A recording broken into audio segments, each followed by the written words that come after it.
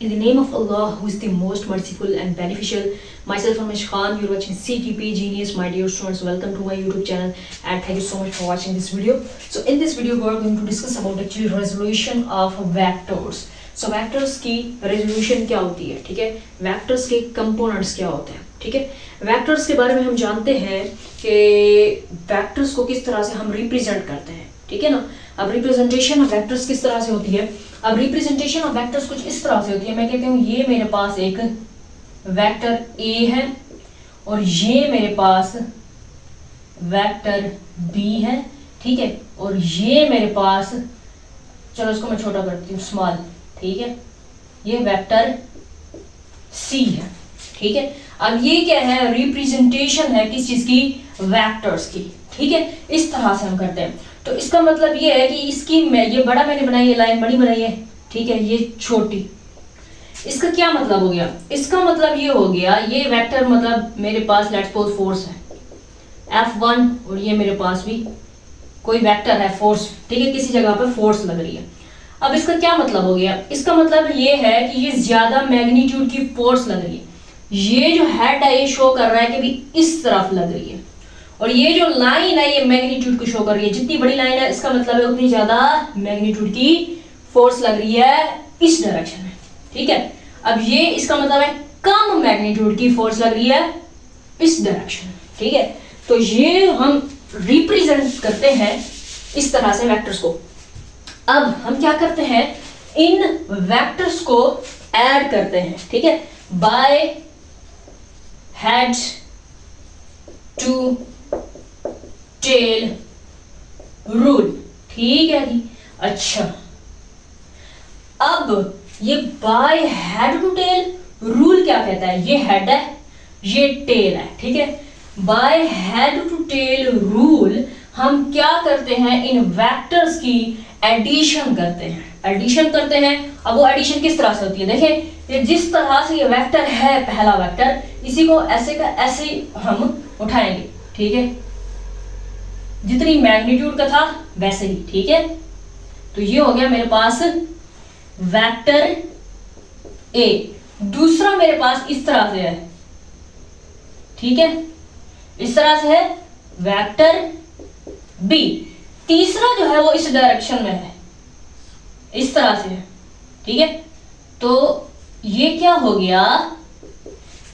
एक का हेड दूसरे की टेल, एक का हेड दूसरे की टेल।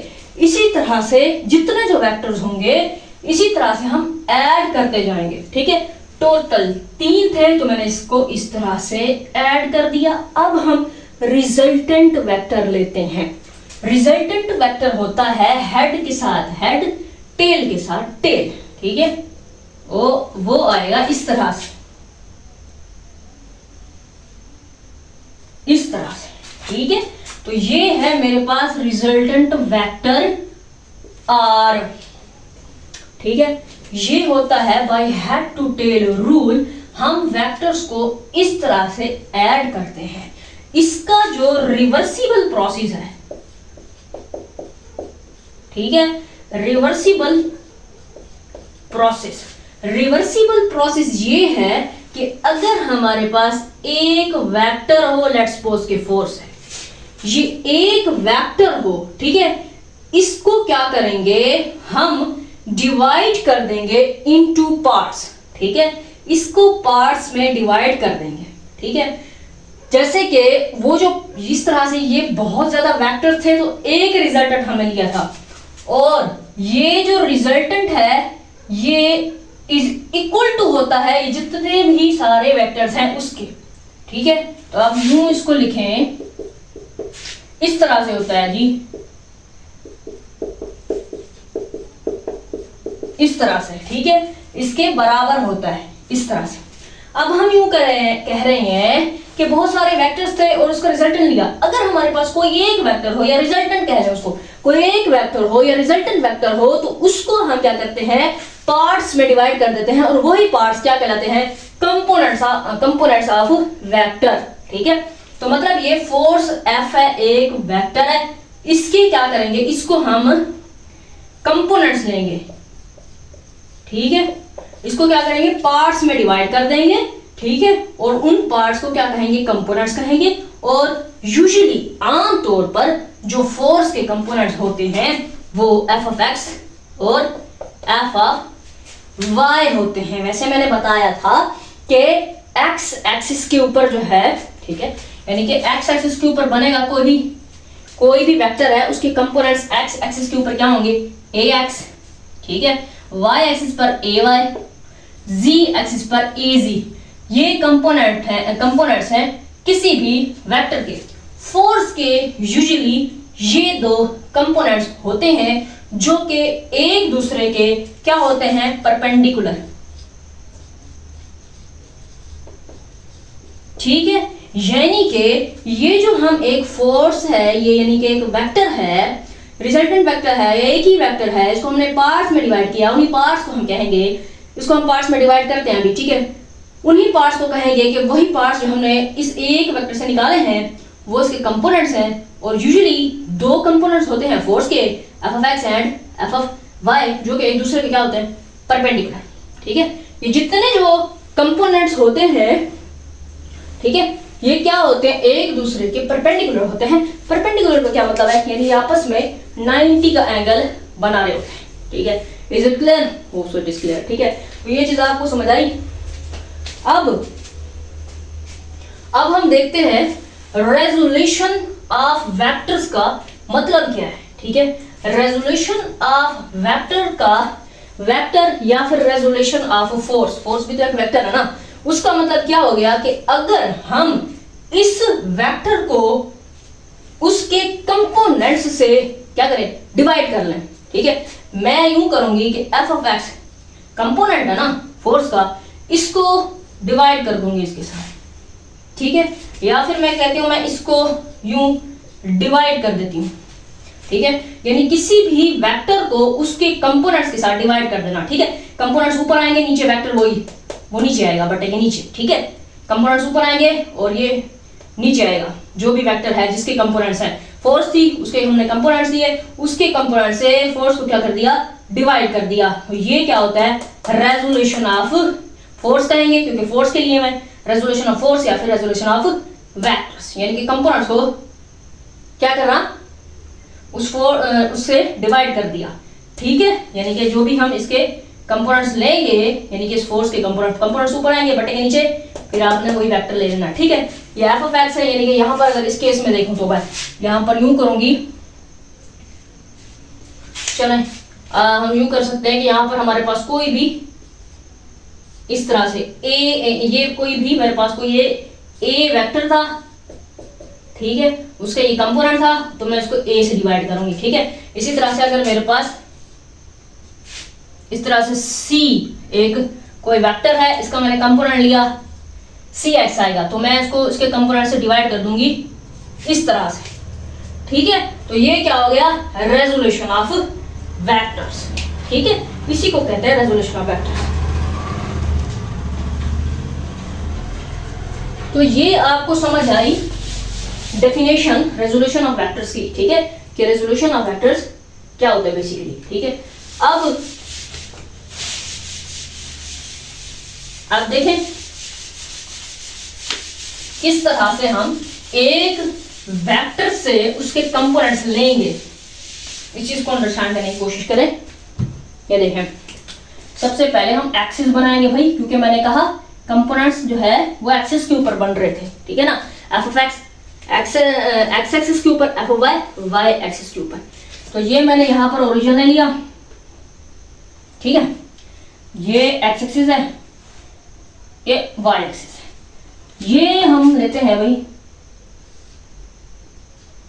वेक्टर एफ फोर्स, ठीक है, ये हमने वेक्टर ले लिया, ठीक है। अब ये एक वेक्टर है, क्या है, ये एक वेक्टर है, इसके क्या लेंगे हम, कंपोनेंट्स लेना चाहते हैं, ठीक है, इसके कंपोनेंट्स लेना चाहते हैं। लेट्स सपोज के हम क्या करते हैं, बीम ऑफ लाइट,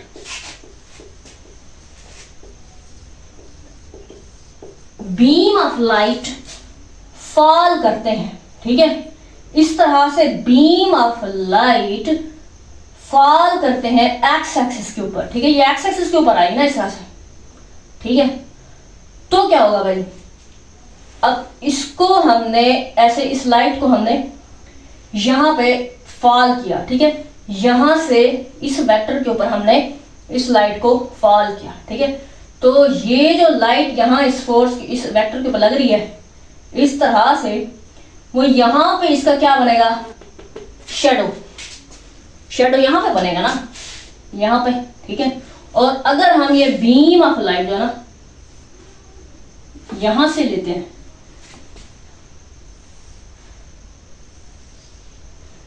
इस तरह से, तो अब इस तरह से इस वेक्टर के ऊपर बीम ऑफ लाइट फॉल करते हैं, तो अब शेडो कहां बनेगा, यहां पर, ठीक है ना, यहां पर क्या बनेगा, शेडो, तो यहां पर हम कहते हैं कि ये बनेगा एक्स एक्सिस के ऊपर,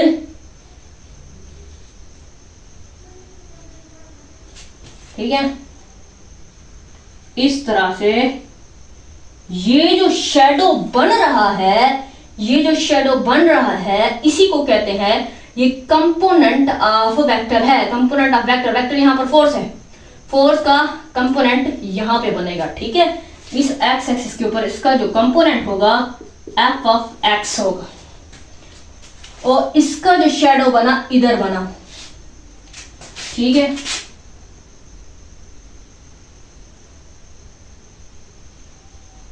यहां तक आएगा भाई इसकी लेंथ, ठीक है, यहां तक ऐसे, ये क्या है, एफ ऑफ वाई, ठीक है जी। अब इसको आप किस तरह से करेंगे फिर,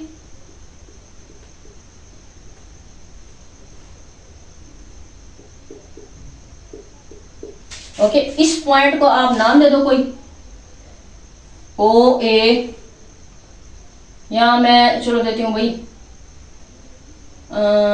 सी, ठीक है, और यहां पर चलो कोई भी आप अपनी मर्जी से डी, ठीक है, यहां अपनी मर्जी से ओ ए लिखो, ओ बी लिखो, जो भी लो, ओ ए सी डी यहां पर मैंने लिख दिया, यहां पर क्या बनेगा, एंगल थीटा, ठीक है।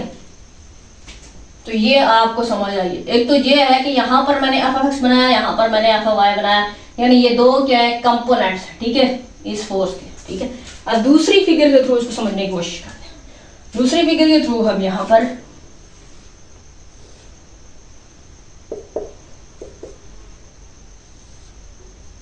ये फोर्स है, ये ओ है जी, ठीक है। अब मैं क्या कर रही हूं, अब मैं ये y एक्सिस यहां पे बनाया है ना, मैं यहां पे भी बना सकती हूं मैं, ठीक है, यहां पे भी मैं बना सकती हूँ, ठीक है, ये तो x एक्सिस यहीं पर रहेगा, ऐसे सिंपली मैंने ले लिया एफ ऑफ एक्स, ठीक है, x कंपोनेंट एक्सिस के ऊपर, बाकी रही बात y की, तो यहां पे भी बनता है, यहां पे भी हम बना सकते हैं, तो उसको यहां पे यूं बनेगा, ये इस तरह से, ठीक है ना, एफ ऑफ वाई, ओ ए सी,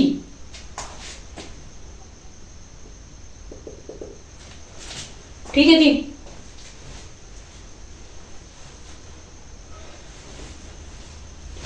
तो आपने देखा ये था एक वेक्टर, इसको हमने पार्ट्स में डिवाइड कर दिया, दो पार्ट्स में, दो पार्ट्स में इसको डिवाइड कर दिया। इसका क्या मतलब है कि यही जो पार्ट्स हैं ये इसके कंपोनेंट्स कहलाते हैं, जो कि इसके दो कंपोनेंट्स हैं, F of X and F of Y, ठीक है।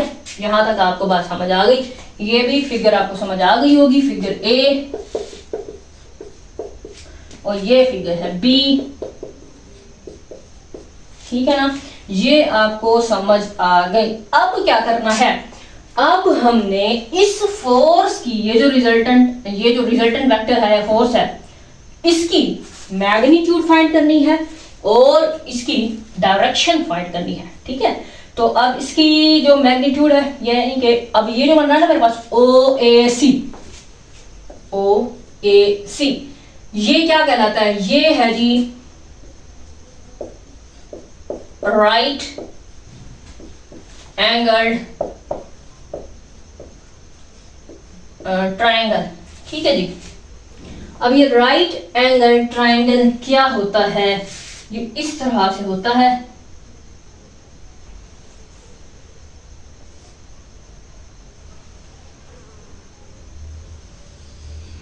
इस तरह से, ठीक है। अब इसको क्या कहते हैं भाई, इसको बोलते हैं उर्दू में कायदा, ठीक है, इंग्लिश में बेस, इसे बोलते हैं अमूद उर्दू में, और परपेंडिकुलर इंग्लिश में, और इसको बोलते हैं जी हाइपोटेनस और वक्र उर्दू में, ठीक है। अब ये जो होता है परपेंडिकुलर, यहाँ बनता है 90 डिग्री एंगल होता है, ठीक है। परपेंडिकुलर का मतलब 90 डिग्री का एंगल, ठीक है। और हमने ये बात भी कही है कि ये जो कंपोनेंट्स है ना, ये जो कंपोनेंट्स है ये एक दूसरे के क्या है, परपेंडिकुलर है। अब यहाँ पर आप देखो ना, तो ये क्या है, एक दूसरे के क्या होते हैं, परपेंडिकुलर, 90 का एंगल बन रहा है, ठीक है। ये एक दूसरे के क्या होते हैं, परपेंडिकुलर होते हैं, एक ये एफ एक्स, एक ये एफ वाई। अब यहाँ पर देखो तो 90 का एंगल बन रहा है, ये क्या है, एक दूसरे के परपेंडिकुलर, ये क्या होते हैं, एक दूसरे के परपेंडिकुलर होते हैं। अब यहां से आपने याद क्या करना है, ठीक है, यहां से आपने राइट एंगल ट्रायंगल है ना, इसको किस तरह से याद रखना है, देखिए आपने इसको यूं याद रखना है, ओ को आप, इंटरेस्टिंग, ठीक है। अब इसका क्या मतलब है, इसका मतलब है औ का मतलब है अमूद बटे वक्र, और काओ कायदा बटे वक्र, और अप अमूद बटे कायदा, ठीक है। अच्छा, अब यहां से अगर हम देखें अमूद बटे वक्र क्या है मेरे पास, यहां पर देखिए आप अमूद, ये है मेरे पास अमूद, ठीक है ना। अमूद क्या होता है, ये परपेंडिकुलर, यहाँ पर ये परपेंडिकुलर है, ये बेस है, और ये हाइपोटेनस यानी कि वक्र है। अब ये अमूद मेरे पास है AC, क्या है मेरे पास, अमूद है AC, वक्र क्या है मेरे पास OC, ठीक है। अब यहाँ पर कायदा बटे वक्र, कायदा क्या है मेरे पास OA, वक्र क्या है मेरे पास OC, ठीक है। अब यहाँ पर अमूद क्या है मेरे पास AC, ठीक है। कायदा क्या है मेरे पास OA, बेस होती है कायदा, ठीक है, OA। ये चीज आपने समझ ली है। अब आपने ये देखना है कि ये जो होता है ना, ये जो आपके पास किस चीज के इक्वल होता है जी, OA ओवर OC, ये क्या है मेरे पास अमूद बटे वक्र, ये जो है किस चीज के भाई, अमूद बटे वक्र, अमूद FY है ना, वक्र में क्या F है, तो ये बराबर होता है FY ओवर किस चीज के, F के। तो अब देखिए वही बात आ गई ना कि हमने जो फोर्स का कंपोनेंट से उस फोर्स को क्या कर दिया, डिवाइड कर दिया। यही क्या कहलाता है, रेजोल्यूशन ऑफ वेक्टर्स। यही चीज क्या कहलाती है, रेजोल्यूशन ऑफ वेक्टर्स। और ये इज इक्वल टू होता है, क्योंकि y है ना, y एक्सिस पर हमेशा साइन थीटा बनता है। अब इस चीज को देखेंगे OA over OC, over OC। अब यहां पर OA क्या है, एफ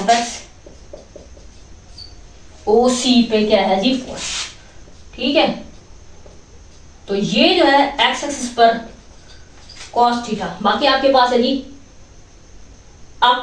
अमूद बटे कायदा AC ओवर OA, ठीक है। तो ये क्या है भाई, AC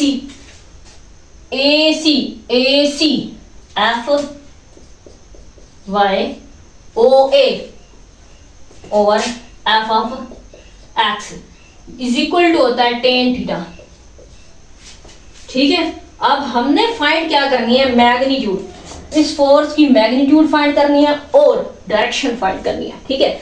उसके लिए क्या करना है, ये जो राइट एंगल ट्रायंगल है OAC, इसके ऊपर हमने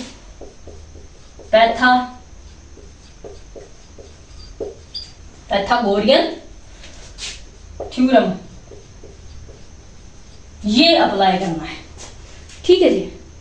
अच्छा, तो ये क्या होता है, ये है हमारे पास क्या होता है, ये होता है वक्र का स्क्वायर इज इक्वल टू यहां पर अमूद का स्क्वायर प्लस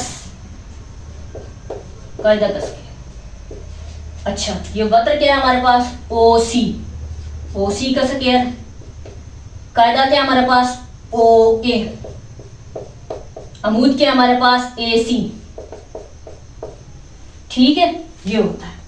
अब मैग्नीट्यूड कैसे फाइंड करनी है, मैग्नीट्यूड फाइंड करने के लिए देखे ना आप, यहां पर OC क्या है भाई, OC F है, F का स्क्वायर इज इक्वल टू ये क्या है OA F ऑफ X इसका square plus F of Y AC, ठीक है, इसका स्क्वायर।